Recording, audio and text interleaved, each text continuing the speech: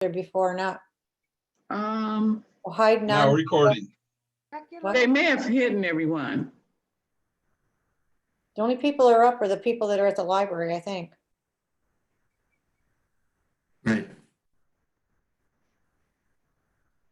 says hide self-view, hide non-video participants.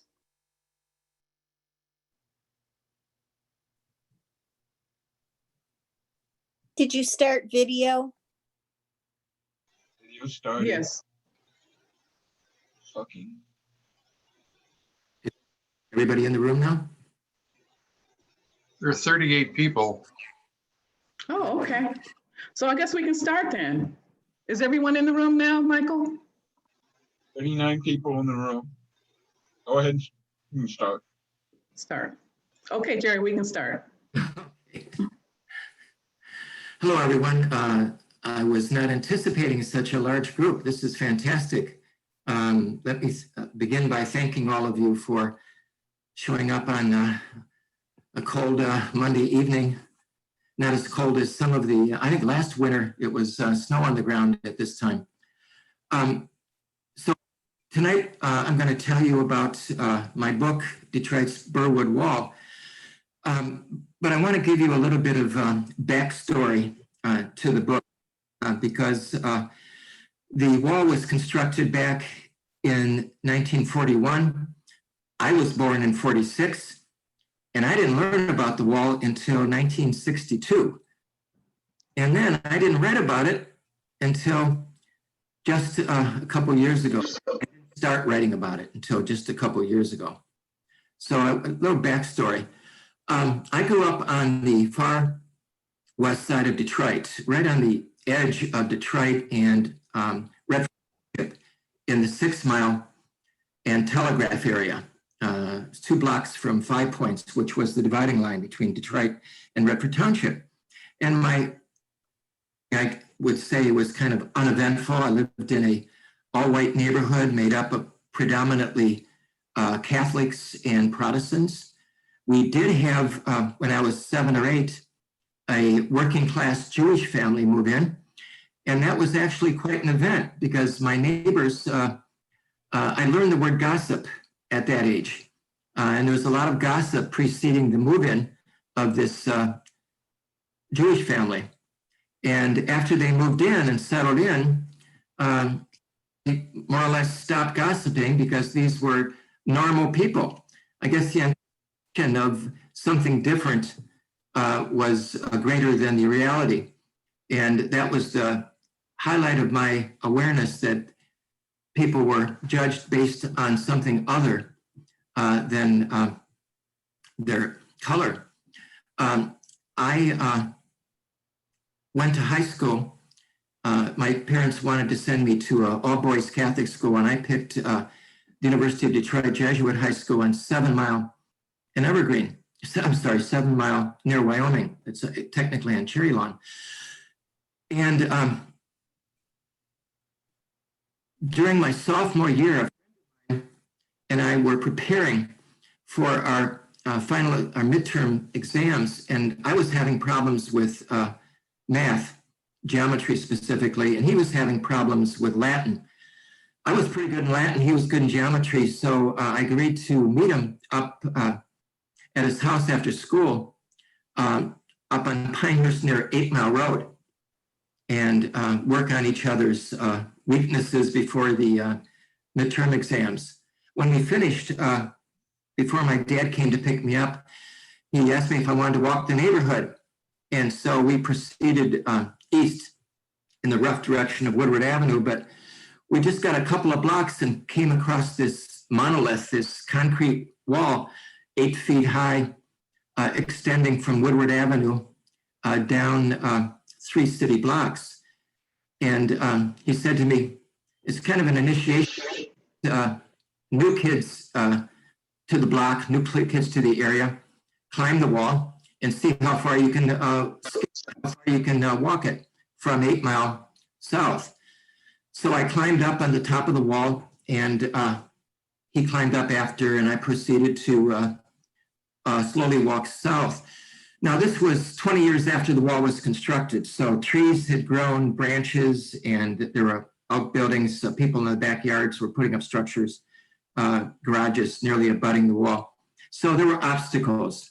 And eventually I tripped over a branch, fell into some soft grass in the backyard, and looked up at my friend who was smiling at me. And I think I said something like, "This is nuts.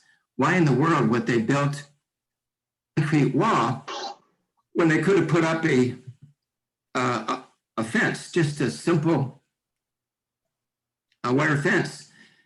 And he looked down at me and said, "They put the wall up to keep people like you away from people like me." And that's really about all I remember from our conversation. He was one of the few African-American students at school, but it always stuck with me that was the only time I visited the wall. And that was the only time I thought about the wall after that, for some time thereafter. Later, when I went to college, I took a course in social psychology. And what I remember most was that the book was written by a well-known Harvard psychologist by the name of Roger Brown. And I remember that because a section of the book, a small section, was devoted to the 1943 Detroit race riot. And he said that he had been a youth in Detroit at the time. And I looked up his date of birth, and he would have been 18 years old at the time of the 43 riot. And he said that the tension in Detroit at the time was palpable. And I thought that was a pretty remarkable statement coming from a white boy of 18, that he would feel tension, because he would have lived in a white neighborhood. So what would he have felt? So that kind of stuck with me. And 2 years later, the 67 rebellion, and I call it rebellion because it was not a race riot at all. It was a rebellion, blacks against the Detroit police, with incidental violence toward whites and incidental violence toward blacks along the way. But after that period, after the riot, I'd been working at the National Bank of Detroit, and the riot at Warren and 31st, and the riot came toward us. And I was working with whites and blacks. The neighborhood was pretty well integrated, and everybody seemed to get along. And then this happened, and it just lingered. And I tried to figure out how different it was from what my dad used to tell me about the 43 riots. He had been an attorney downtown, and he told me that you could look out a window during the riots, and blacks were chasing whites and whites were chasing blacks. And it was just nothing that I saw going on in 67, very different experience. So I tried to figure out what was different about the two events, the 43 riot and the 67 rebellion. And so I began to inquire. And when the internet came along, I would look up Birwood Wall. Sometimes it was called Mendota Wall. Other times it was called Segregation Wall or the Wailing Wall. And all I got was the same story, was that it was put up by a real estate developer in order to satisfy the requirements of the Federal Housing Authority. The developer west of the wall wanted to construct some houses with FHA financing for his white clientele. The FHA looked at the city survey maps, which had been designed in the 30s to determine the investment potential of various areas of the big cities. And from Birwood east to just past Cherry Lawn, where my high school was, that was a red zone. That was considered a bad zone for investing. And that was an African-American zone, by the way. And so they declined to grant or offer to the developer the FHA financing for the bank loans. So the developer tried to figure out what he could do, and he approached the FHA with the idea of a wall. So the plan was to construct a wall right from 8 Mile down to where the development would terminate, 3 city blocks down. And then the development would go all the way to Wyoming. They'd already begun constructing houses near Wyoming, and there was no issue there because it was several blocks from the wall. So, in fact, it was even further than 2 blocks further than east of Wyoming that the houses were actually constructed. My mistake. So, in order to build the houses closer to the wall, to move the development toward the wall, the FHA needed some assurances that there was something equivalent to like a river, a railroad, like in the old days, the other side of the tracks, that kind of imagery. They wanted to create at least a sense of separation. And so a wall worked out nicely in the plans of the FHA. And so up went the wall, and then the houses were constructed. They started to construct them. And then lo and behold, the war, 1941, the war, all housing construction stopped. And building supplies, in some instances, many of which, like lumber, were sent overseas to England, and some were sent for the war effort here. So that was the personal backdrop. That's what I knew. That's what I learned from just reading internet articles. But what I didn't know and what I wanted to know was, who are these people that were living east of the wall that had to be walled in?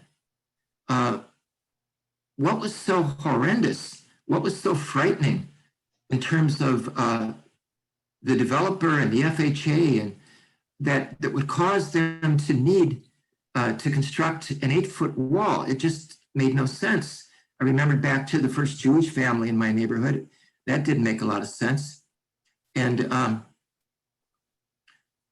I remembered back to social psychology and the 43 riots, and it just seemed that what I was starting to understand was that this tension that Roger Brown was talking about, and that what my dad talked about, was caused by these kinds of provocations. And so I started to research what was available, and to my consternation, there was next to nothing about this. I went to the Burton Historical Collection, I went to U of M, the various public libraries, and there was next to nothing. Burton had a little bit, but it was all primary sources. It was handwritten articles and from people that lived in the area, and that helped. But what I had to do was to walk the neighborhoods and see if I could find any individuals who had family members in, say, nursing homes or retirement communities or assisted living facilities, and could steer me toward those people that could tell me their stories. So I started walking the area east of the wall, and that's exactly what happened. I would run into somebody and ask them questions, like one individual, and he said to me, "If you really want to know the story of the area, why don't you come on inside? My mother's here. She's 92, and she has a pretty vivid memory." And that's the kind of thing I wound up doing. I interviewed a lot of people, and I visited, as I said, assisted living facilities. I went into Royal Oak and talked to people there, started to assemble a story. I wish to God that I had thought to inquire earlier so I could have talked to people that lived around the time the wall was constructed, but I wanted to at least capture the stories that were still available by people that, if they were not there at the time of the construction, they grew up in the years shortly thereafter, and they remember what their parents told them. So that helped me considerably. So what I want to do is just show you a picture, kind of a slide of a pending slide of Detroit. Now, this is intended to depict Detroit in at the time of the wall, 1941. And what you had up in the the most northern point where the block is, where it says West 8 Mile Enclave, you have a block in black there that represents the community, the African-American community in the 8 Mile, Wyoming. But that was not the only African-American community. Legally, Blacks were allowed to purchase property or to rent apartments or flats or houses in only 6 areas of the city. And they're delineated here. You have Black Bottom, Paradise Valley, North End, which borders on both Highland Park and Hamtramck, 2 cities within the city of Detroit, and then West Side. Those were the 6 areas. And why were they restricted? There was a thing called racial covenants. Back around 1900, on the West Coast and on the East Coast, some real estate developers working with attorneys conceived the idea that it would be a good way to market properties if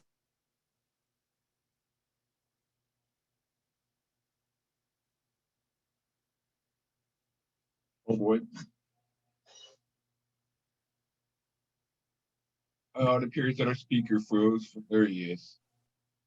I'm sorry, can you hear me now? Yes, you're good. Okay. So they developed these covenants. Covenants were quite popular and continue to be quite popular. Where I live now, for instance, there's a covenant where I can't put a fence in the backyard. They want to create a green belt. The neighborhood homeowners association, so I cannot put a fence between my property and next door. So that's a covenant.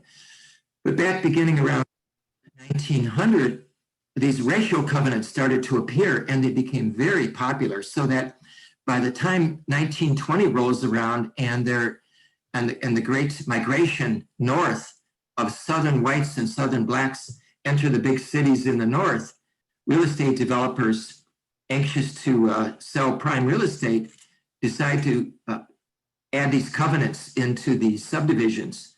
And so approximately 80% of Detroit, even today, the real estate deeds contain these racial covenants.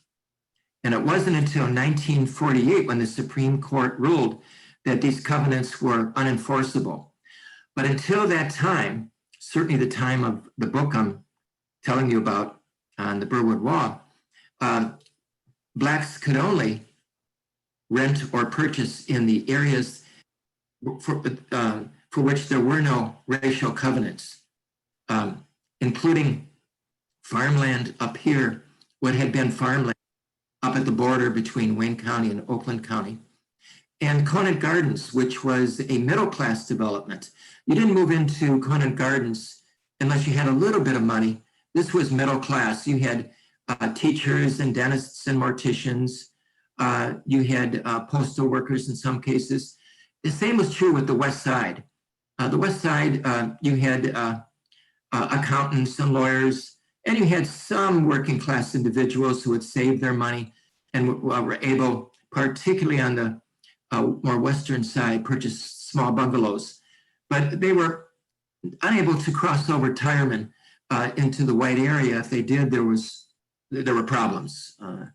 So if you were coming north during the Great Migration, you more likely than not moved into the flats and apartment houses in Black Bottom or Paradise Valley, and they became overcrowded very, very quickly as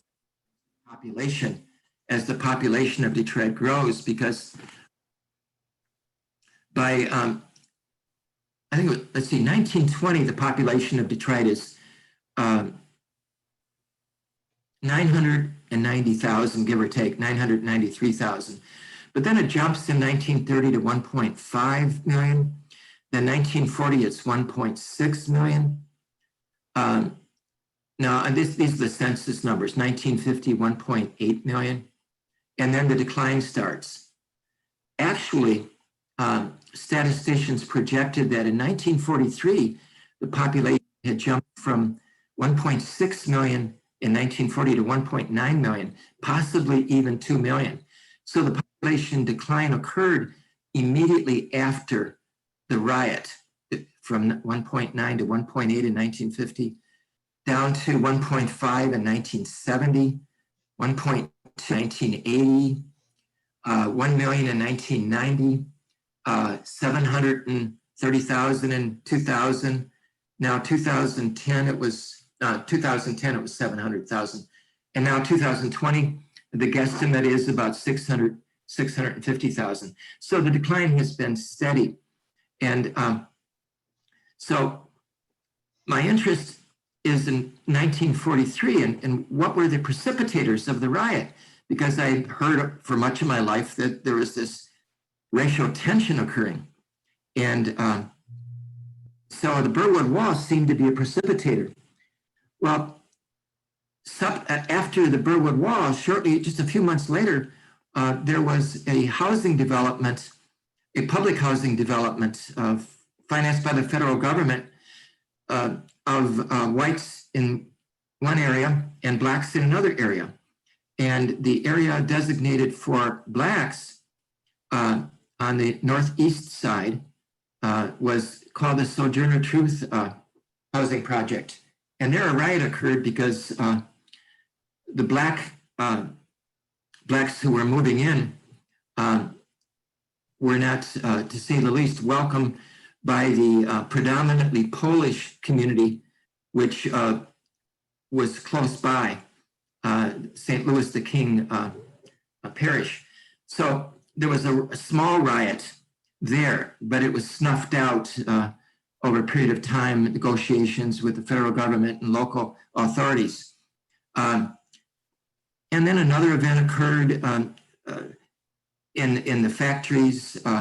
Events occurred in the factories. There are a number of strikes that occurred. One strike in particular, 25,000 white workers walked out of the plant because a couple of blacks had been assigned to the factory floor.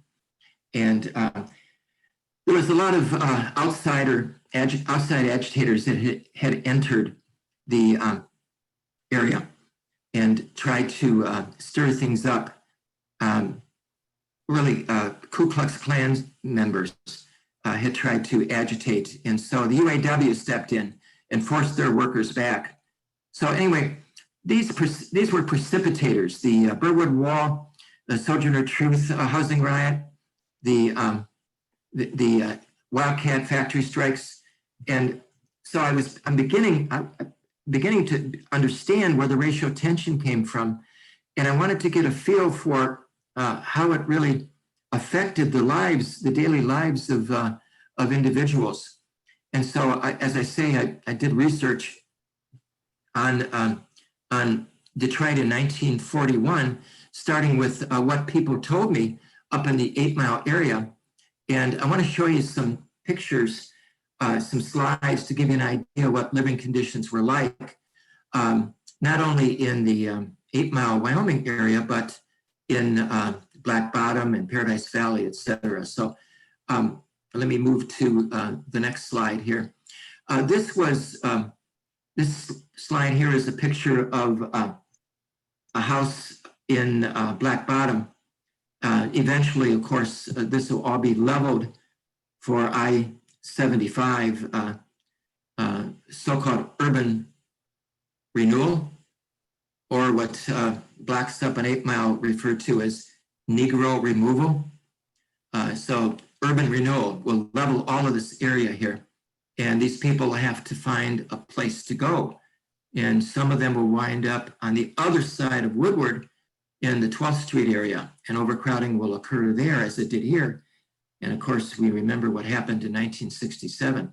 So these were, and the landlords of these places were not interested in fixing the place up because they were not pressured to do so. There was no concern about code enforcement.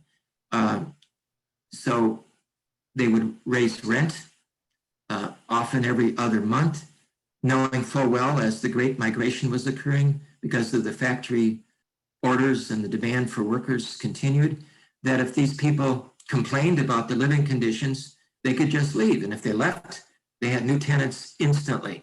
There's always a long list of people wanting to get into these horrendous living conditions. So up here, the living conditions were a little different. Having left, in many instances, having left the Black Bottom area, many Blacks migrated to, if they could go to Conant Gardens if they had the money, or if they go to West Side if they had the money.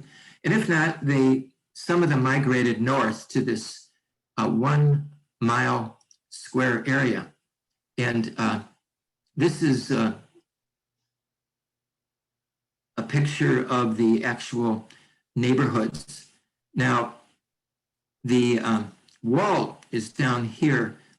You can see where Alfonso Wells Park is, and the wall extends from 8 Mile down 3 blocks. Now, you notice that it stops briefly for traffic ingress and egress. So, in other words, the wall is merely symbolic. And that's all they really wanted it to be. They just wanted to set a marker up to indicate that this marker represents separation between the African American community and the white community to the west. So it extends all the way to Whittingham, this community. Now notice that there's a section over here to the north. Now this is all north, by the way, to the left of 8 Mile Road. So I'm looking at it east to west, but this is really north, east, south, and west. And 8 Mile Road divides the city of Detroit from Oakland County, and more specifically, it divides the south part of the square mile block from the north half of the square mile block. This area here is Rollo Township. It was, and still is, a small part of what was the original Rollo Township, a 36 square mile area. And gradually over time, it chipped away into areas that became the city of Royal Oak, Ferndale, Harper Woods, Madison Heights, and so on and so forth, until the only thing left of the original Royal Oak Township was this area which was adjacent to the area to the south with strong cultural ties, strong racial ties. So this was left isolated, and this remained a homogeneous community of African Americans, both north and south. And so the wall becomes the symbolic border between the whole of it. Just because there's no wall in Royal Oak Township, the wall represented the separation between the African American community to the east and everything to the west. The developer was not building in Oakland County, so he didn't extend the wall north. So this is the area in which the wall was intended to separate the two communities, the white community to the west and the Black community to the east. And so what I learned was that the FHA did in fact grant some loan relief to some African Americans, but you can imagine where. It was at Conant Gardens and on West Side, where people, African Americans, had joined the middle class, had been there for generations, had gone to college and became professionals in many instances. But for the working class Blacks, the first generation of Blacks, no luck.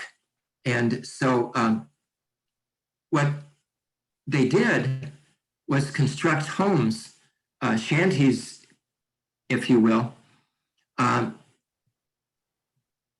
And if there was a neighbor who knew anything about foundations, you enlisted the support of the neighbor to help you pour your foundation. If you had carpentry skills, you're going to be called upon to help somebody raise a wall. And if anybody knew about windows and roofing, well, it was building a shanty, building a house was a community project. And so there was no code enforcement. There was no inspection after the house was, or during the house inspection. But eventually, I think it was 1923 or 24, the city absorbed this area. And so electricity came and water came and the public school system came. And, but still living in homemade houses, self-made houses. These weren't constructed by professionals.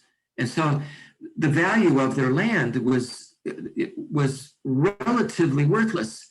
The land itself was worth more than the shanty or the home that was constructed, because if it was going to be purchased and you wanted a real house that met code, you were going to have to level the existing structure. So it was going to cost you. So it was impossible to create generational wealth, which was not only possible, but in fact occurring west of the wall. So west of the wall, people were able to build houses that met code and that would appreciate in value over time, build equity from which you could draw eventually and pay for your kids' college education, or build a bigger and better house further out, maybe in the suburbs. But people living here had no opportunity to build generational wealth. You had the land, but then you had a shanty on top of it. And so it would be quite a while before you could level the house and obtain bank financing. That would come, but that would only come after the Supreme Court ruled that these covenants were unenforceable and the federal government starts loosening up FHA restrictions, particularly in the late 40s. There was one fellow who, a developer to the south, had wanted to extend the wall in the 1950s. He wanted the wall to run perpendicular at the end of the existing wall, 3 blocks down at Cheyenne. He petitioned the city of Detroit to get permission to construct it, and the city turned him down, knowing full well that this was an artifact of another period of time, a more segregationist mentality. So he put up a wooden fence, an 8-foot wooden fence, which is no longer standing. But the segregationist mentality did not wholly fall away with the 1948 Supreme Court ruling. Here's a picture of the wall. This is kind of a classic picture. This is on the cover. I used this on the cover of my book. Just after the wall was constructed, a federal photographer who was assigned the job of going into the factories and photographing the war effort had a break. And I don't know who directed him to the wall or to other parts of the city, but he came north to the border and found out about the wall and enlisted a few kids to pose for it. And it's become an iconic image of the wall, something that you'd expect in the South, along with water fountains that say, for colored, for whites, that kind of thing, or lunch counters. But here it is, and every foot of the wall is standing today. And I'll show you what it looks like today shortly. But anyway, here's one of the nicer homes that was constructed by sweat equity. You notice the kids playing along the foundation, and you notice some corn and other vegetation. Where there was an empty lot, that became a community garden. And you notice the trees on the other side. They hadn't begun constructing homes close to the wall, and they construct homes for white occupants really until the 1950s. And by that time, Blacks were jumping the wall and buying those pieces of property themselves and building homes by the early 50s. So, but at this point in the 40s, you see these trees are haven't been knocked down yet for any construction. So there's a pretty nice picture of living conditions. Now, here's a picture. You can see this is a picture that was painted on the wall. If I go back to the earlier slide, the very first, here, let me find this. Excuse me. Okay. You see down to the lower right south, and if you can see my cursor, it says Alfonso Wells Park. So the city in developing a park in the central area of the wall. It abutted the wall itself, and the park was named the Alfonso Wells Park, named after Alfonso Wells. Alfonso Wells' children and grandchildren searched their photo albums for a decent picture for me, and they found this photograph of Alfonso Wells. He was a resident of the area back in the 1950s, and he was a political activist. He got kids active, passing out political literature before elections and the like, and was well regarded in the community. And so the park, as it looks today, this is from Grigg Street. I took this picture from, see, there's the wall, and this abuts the utility line between Mendota. These houses here are backing up to the wall from Mendota Street, and this is from the park in the middle. And this is the actual wall itself. And you're looking from a distance of about 50 yards from Grigg Street. And that's really the best place to approach the wall if today you want to see the wall. About 2012, I guess it was 2012, a group of muralists inquired if they could paint some murals on the visible portion of the wall, because as you move north toward 8 Mile and as you move south toward the terminus of the wall kind of disappears in the backyards of the houses on Birwood Street, because this is the only area that's wide open. Otherwise, it's a neighborhood to the south and to the north of this little park.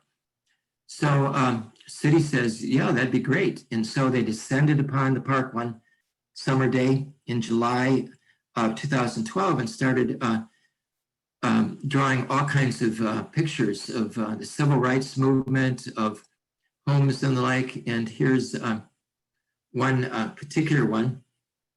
I think you might recognize this bus. Rosa Parks getting on the bus, and this actual bus is at the Henry Ford Museum. It's indoors at the museum. And so when you tour the museum, you'll just, and walking around, you just bump into it.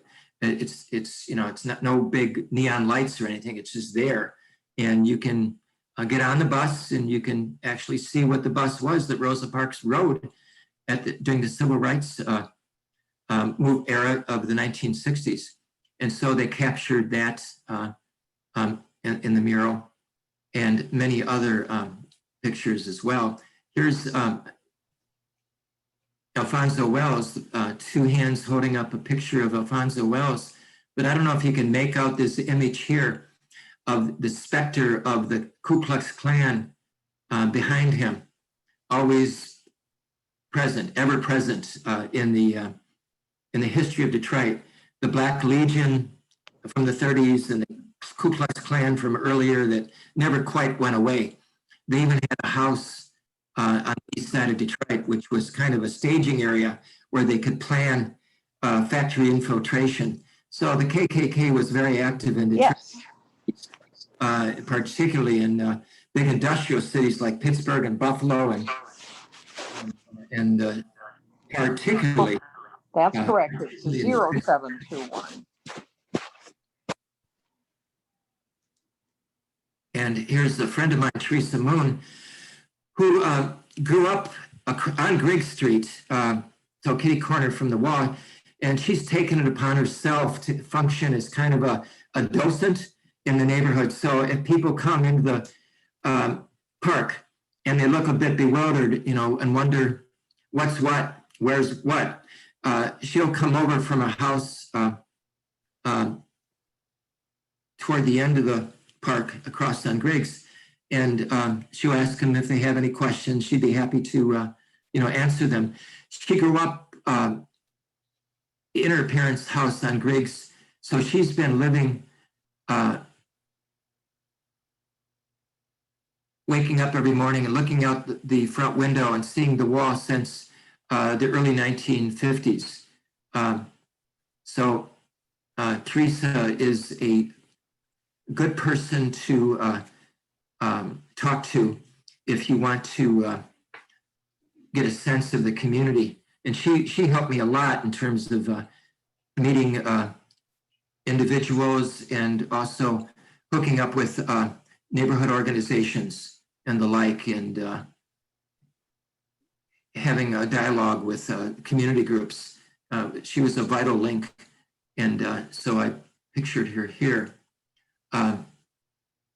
So that's the book, and I guess as overview, what I'd like to kind of wrap up before we turn it over to questions and answers. I'd like to tell you that why I said early on that 1943 was a race riot and 1967 was a rebellion. To understand the events of more recent times, I don't know, I can't see everyone in the audience here, so I don't know if how many of you remember 67, but what I remember is that I lived in an integrated neighborhood and I had no issues, I had no problems. Already in other areas of the city, Blacks had begun to move in, and my neighborhood was fully integrated. We didn't have any problems, but in '67, Jerry Kavanaugh, this was a great American city. They were trying to get the Olympics for Detroit, and it was a stunning development. This rebellion.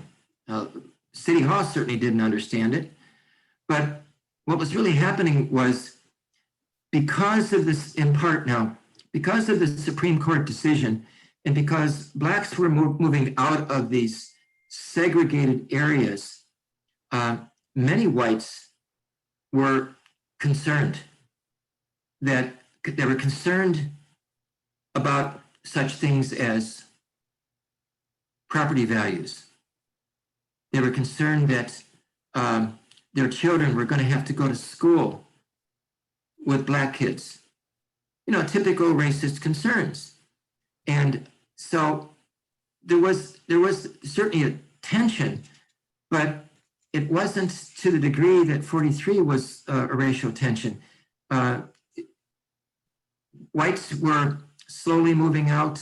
There's an old bromide, I forget who said it, that the definition of integration is that period of time when the first Black family moves in and the last white family moves out for that period of time. A Chicago activist said it, and I just forget his name right now, but anyway, there was this slow decline in population. Whites were gradually moving out, as I mentioned earlier. And because there had been what I term control and containment before 1948, that is, whites were comfortable in their bungalows throughout the city because they knew that the troubled areas, the African-American areas, the redlined areas were contained into these 6 ghettos, as it were. They weren't ghettos, 2 of them weren't ghettos, certainly. Conant Gardens on the west side weren't, but that's how many whites viewed these segregated areas. And when 48 came along and the Supreme Court tossed out the racial covenants and they saw blacks moving into their neighborhoods, the containment was gone. The containment was gone, which they had felt comfortable with. So police were more or less instructed to control, if not contain, the movement of blacks. And so you had a great deal of tension occurring, not so much between black and white neighbor. There was some of that, no denying that. But the real tension was occurring between blacks and the police department, who were trying to control and to prevent blacks from being out at night, walking streets, teenagers going into white areas and playing on the football fields or playing on the basketball courts. So the cops became really the enforcers of white privilege, and they attempted to, if not contain, at least control. And I heard more stories of that from my interviewees, particularly black males in their 70s and 80s and even 90s, telling me these horror stories about their parents giving them a curfew and to be off the street by a certain time because the police were patrolling. It was called the Fours. There were 4 police officers in a patrol car, 1 in uniform and 3 big officers in street clothes. And if they saw some teenagers walking down the street, they'd jump out and, to say the least, give the teenagers a hard time, if not beat them up. And I heard horror story after horror story, and ingrained is this bitterness, this hatred of the Detroit Police Department by a lot of old timers. And it's still to this day present in the stories that I hear. You can't forget the experiences of your youth. And so that was the difference. That's what I learned between 43 and 67. 43 was new blacks coming to the city with new Southern whites who weren't used to being treated as equal on public transportation, on the buses. After all, there was a gas rationing going on, so people weren't driving their cars, even if they had them. And that may have been a good thing in terms of the riot. My own theory is, and I may be the only one who holds this theory, I think the riot of 43 would have been much worse had there not been gas rationing, because I think there would have been Molotov cocktails, as there were in 67. But there weren't as much fire damage as in 67 with the Molotov cocktails. So it was white versus black in 43, but it was black versus police and some white versus black in 67. So that's the difference that I see, and that's what I learned. And I'm continuing to work. I'm really working right now in post-67 with stress. The Detroit Police Department's undercover police unit, Stop the Robberies, Enjoy Safe Streets. It's where maximum effort to control, if not contain, the poor and people of color in Detroit. It kind of reaches an apogee in the early 70s, and that's my focus now. So if it's okay, Vicki and Michael, if we could kind of turn it over to questions, would that be okay? Is our discussion, if people have experiences, I don't necessarily have all the answers. All of you may. We can definitely turn it over to questions. So we have something here in the chat. There aren't any actual questions in chat. Kim asked, what does stress stand for? Okay. In 1971, there was a November 1970 election. And in 1971, John Nichols was the police commissioner, and he was upset about the rising rate of street crime. And he told his immediate subordinates, you better figure out a program to bring down street robberies, etc., or you're gonna be demoted. And so they came up with this idea of a decoy operation.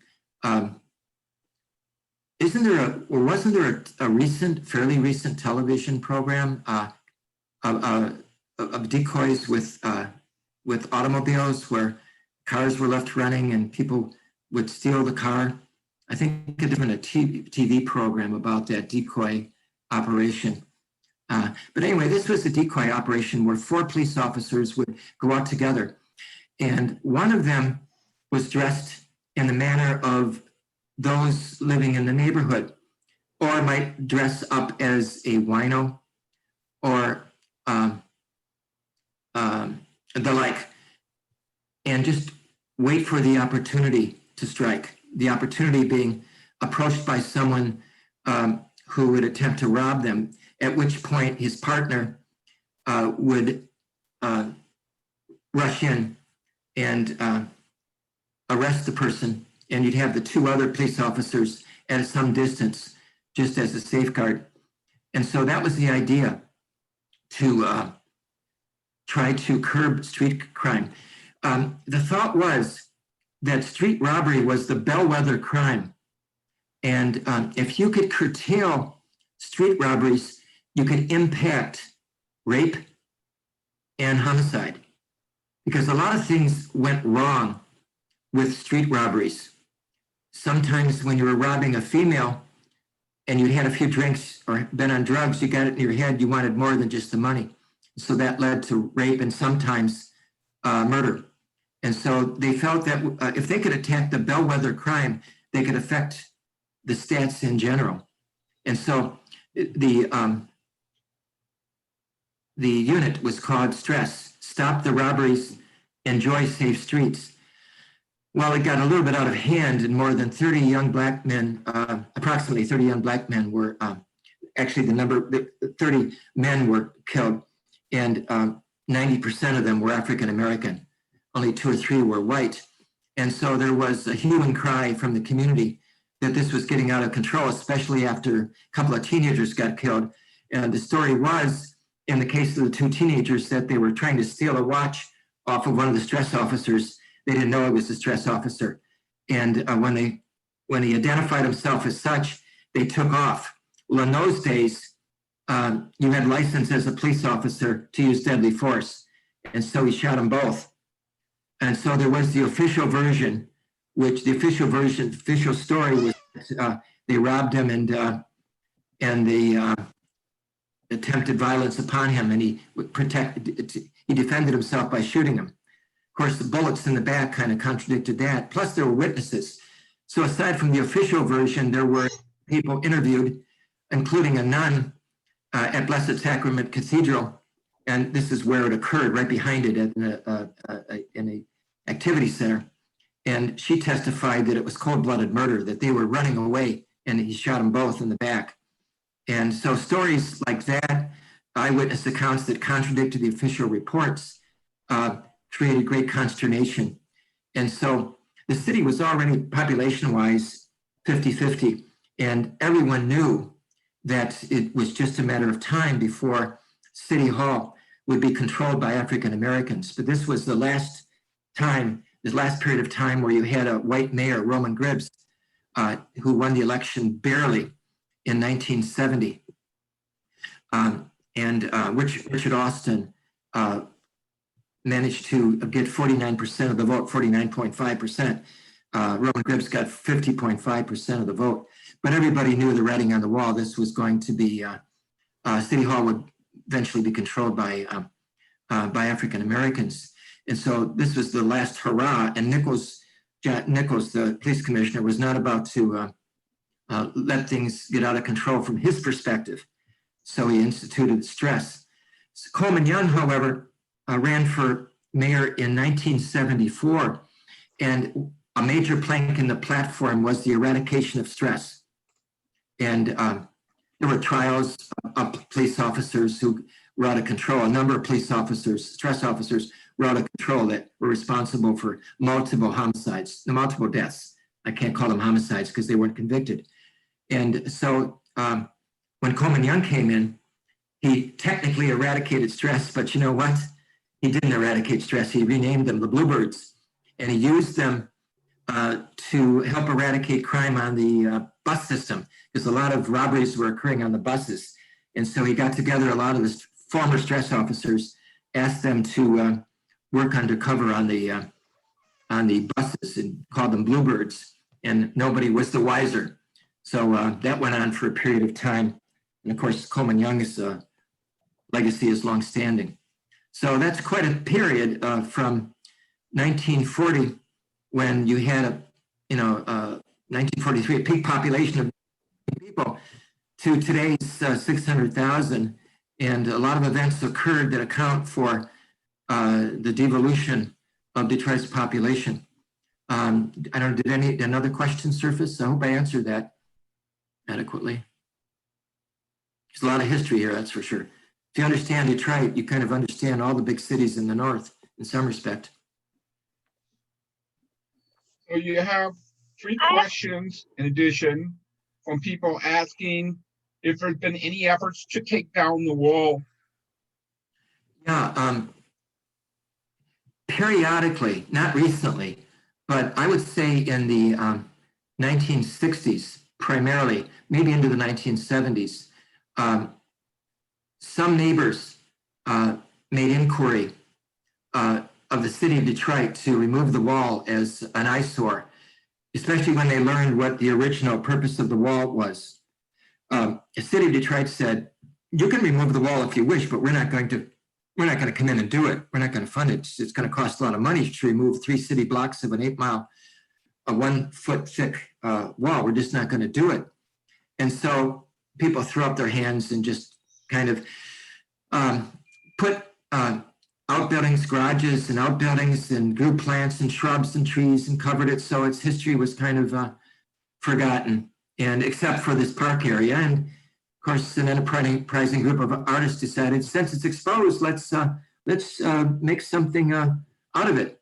And so the wall from 8 Mile all the way down to Chippewa, the terminus point, 3 city blocks, is intact. As far as I've seen, now I've walked the wall. I haven't climbed it and walked it like I did as a teenager, but I've walked that area, and in some areas I can't see because of shrubs. So, but I don't think they knocked it down, because I don't see through any area into Mendota. So I believe every square foot of the wall is still there. And it would be worth all of your time and effort to drive up to 8 Mile, heading east and past Wyoming until you get to Griggs Street, and then turn right on Griggs and go down 2 blocks.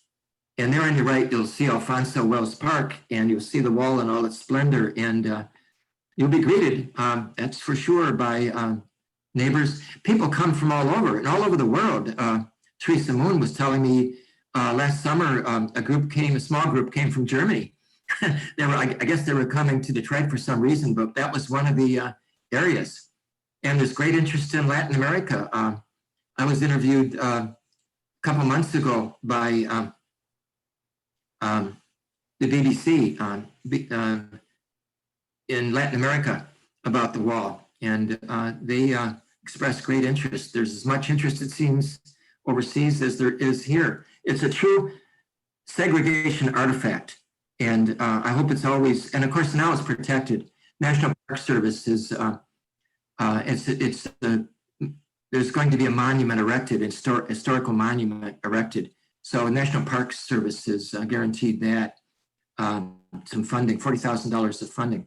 So nobody's going to knock it down now, despite efforts a few decades ago to do just that, as an eyesore, more or less. There's another question here. It says, do other large cities have similar walls built around the same time for the same reason? Or was the Detroit wall unique?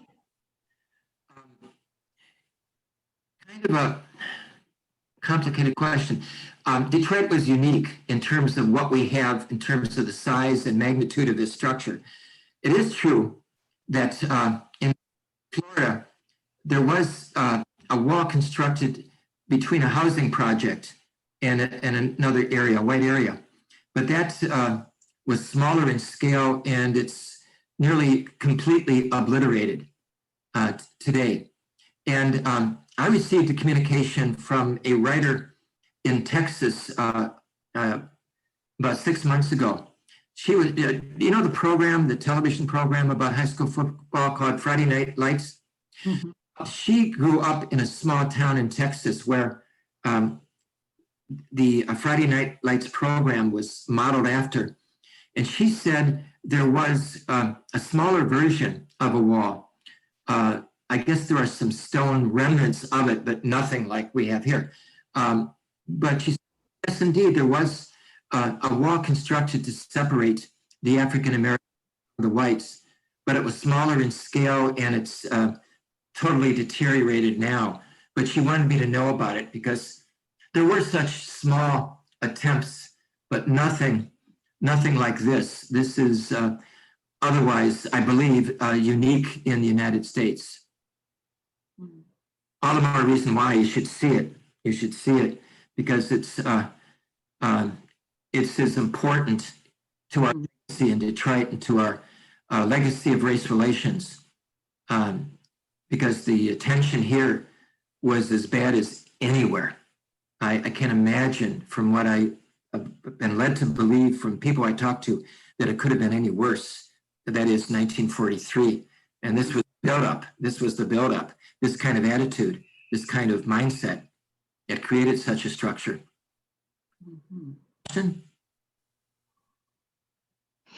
So Lisa asks, where can we get in contact with you for advocacy? I have a website. It's a website devoted to articles from the Detroit News and the Free Press. Also, there's some book reviews from the Michigan Historical Journal, and there's also a review from the Law Review about my book. And I post everything there. It's called birwoodwall.com. So just Google Birwood Wall, and chances are you're going to be directed here or there, or just try typing in www.birwoodwall.com, and that should take you to my website. And there, on the last page, there is a place where you can communicate directly to me. You can, and I'll get it via email right away.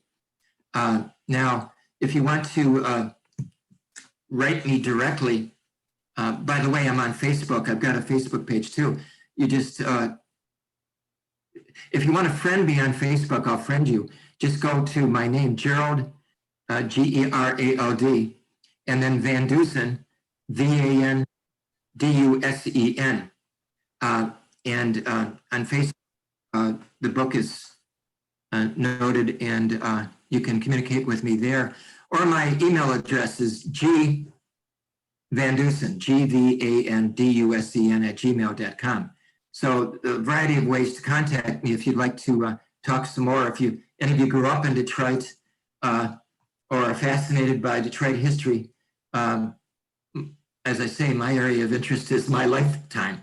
What I learned during the course of my life, and it's just Detroit has such a rich cultural history, and these particular areas intersected with moments in my life. So that's why I focused on the Birwood Wall and the 67 rebellion and stress. I have very important reasons for researching those in particular. Any other questions? Yes, there's one here from Michelle. I read your book. It was very good. Can you briefly talk about the 2 elementary schools you mentioned in your book and the disparity between the 2? Actually, there were a number of schools.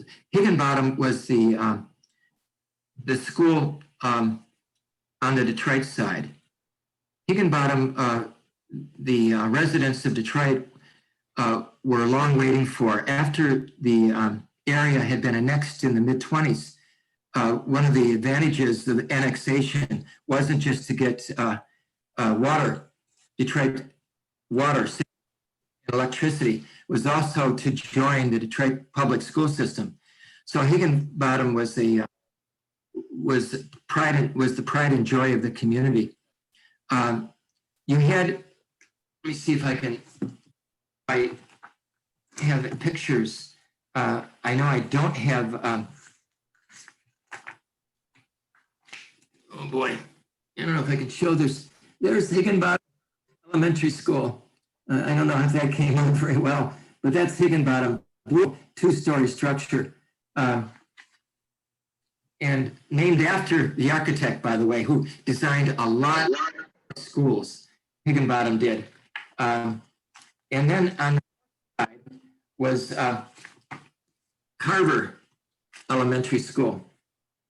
And Carver was noted for the fact that students on the east side of Wyoming were going to be bused to Detroit high school, specifically Northern High School, because they did not have a high school in Roanoke Township.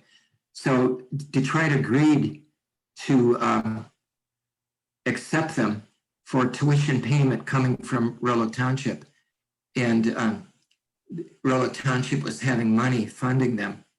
And so when they couldn't pay, Detroit said, no longer can you send your students to Northern. So you had these kids graduating from Carver. Where were they going to go? And you know what? Ferndale didn't want to accept them. Ferndale accepted students from the eastern side of Wyoming. And so it became a national Time magazine story. Where were these kids going to go? Why are they being treated like this? And so G. Manning Williams, the governor at the time, he stepped in and enforced Ferndale's hand, made them an offer they could not refuse.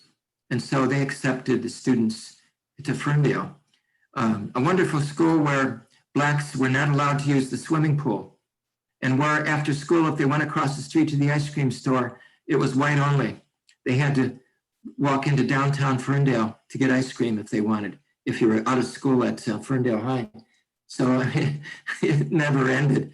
It never ended, these attitudes. But those were the two schools I think I'm hoping that you were referring to. But Higginbottom for the Detroit side, Carver for the Roanoke Township side, each of which had their own stories, as did Northern High School. A lot of stories coming out of Northern from this episode, these incidents, but that's another day. Was it another question? Yes, Jim says just a comment. A friend grew up in the area. When we toured recently, we went by that park. He mentioned it was not as well kept as in the picture. The lawn was cut, etc. The neighbors worked to keep it nice. Does the city of Detroit pay to keep it up now? Yeah, the city of Detroit technically is supposed to keep it up. But Teresa tells me that the kids, there are park play structures, and there's a really nice basketball courts that were built by the Detroit Pistons, several basketball courts and picnic tables. And kids being kids, they don't pick up after themselves. And Teresa, depending on how she feels, she goes over with the black garbage bag and she picks up as she can.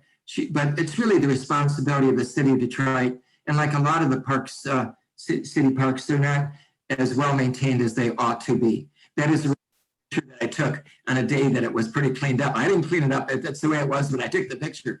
But more often than not, I think that in the summer in particular, it is pretty well kept up. But in the winter, Teresa and the neighbors don't get out as much and don't, follow up on the city when they let it go a bit. Still worth your time to go see it, though. Mm-hmm. Deborah has a comment. Judge Damon Keith's biography also shares insights into living at the time of the 43 riots and the Black Bottom demise for Highway. He was the federal judge with regards to the latter. Yes. Great man. see. Andrea says, thank you for your work in this presentation. It has been work to remove the racist, has there been work to remove the racist elements in these covenants? Having them deemed unenforceable is not enough. Apologies if I missed that. Yeah, no, that's, I'm glad you mentioned that. Some individuals have attempted to have the covenants removed, but apparently it's a very difficult proposition to remove parts of a deed because when you buy a piece of property, you pay closing costs, and those closing costs involve tracing previous property owners and names on deeds and all that. And lawyers say you really don't want to mess with that chain of ownership and with language that appeared on deeds. Just leave it alone. Otherwise, you could potentially have issues with ownership if you start messing with language on deeds. I can't explain it any more than that because I'm not an attorney, but it's a costly, time-consuming, and ultimately fruitless effort to try to get all that language removed from the deed, because it goes generations back, that property. So we just throw up our hands. It's part of our history. Okay. Did I miss anything, Michael? You see any other comments, questions? There's one question left from Deborah, who asked, was segregation primarily because of lots of Southern whites had migrating north and brought their mindsets with them, or was it local grown bigotry and fear? Well, I wish I had a simple answer to that. The obvious answer, I think, if you want an obvious answer, is both. I would say a lot of the racial tension was the product of Southern whites who had come north in Detroit and Southern blacks that they had to work next to in the factories. But blacks who were already here, generations of blacks that were already here, had acclimated quite nicely with whites who had been here for generations. So I would have to tip it toward the Southern whites who had brought with them not just their Southern attitudes, but also brought remnants of the Black Legion and particularly the KKK. And these attitudes were manifest on the streets of Detroit, people jostling on the streets, bumping into each other. And you got on a crowded bus and the jostling was even worse.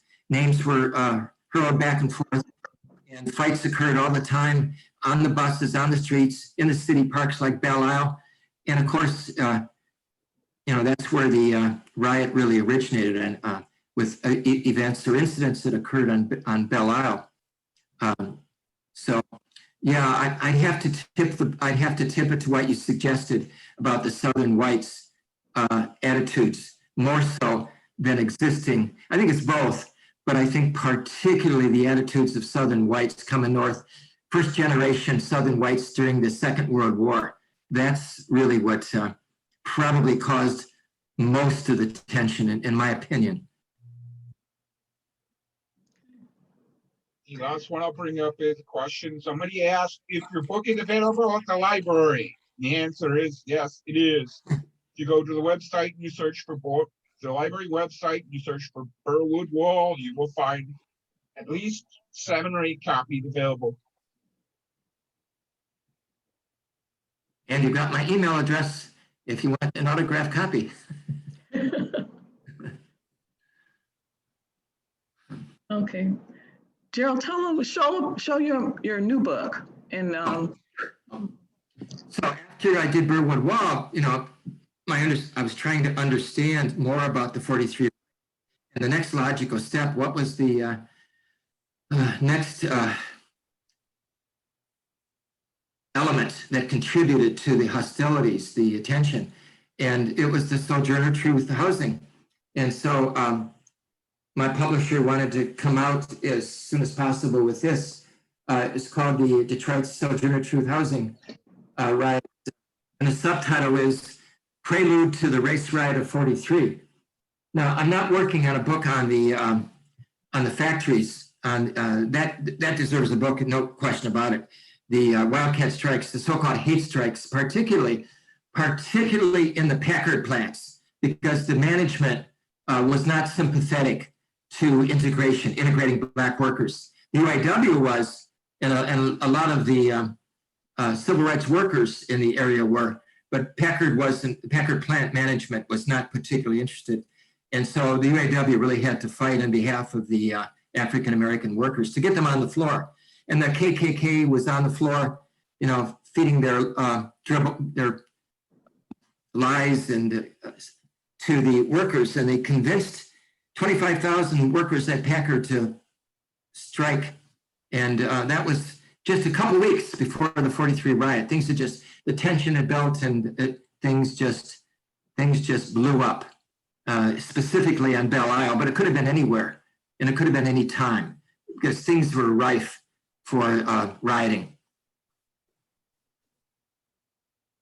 And so, Detroit Sojourner Truth. I have reference to it on my birwoodwall.com page, by the way. And also, Gerald has agreed to come back to us in February to give us a talk about his new book. Yes, I'd be delighted to. I learned about Sojourner Truth, the housing, and it's a different situation. It's not FHA financing. It's now public, and it's involves the factions in Detroit, the various factions, the Polish community, the very large Polish community. It involves the KKK. It involves a number of factions, which, as I say, we'll get into in February. Yeah. Too much tonight. Yes, it's a lot of information. We really appreciate you coming to talk to us about it too. Are there any other questions or comments? I'm looking through now. I think we have answered everything.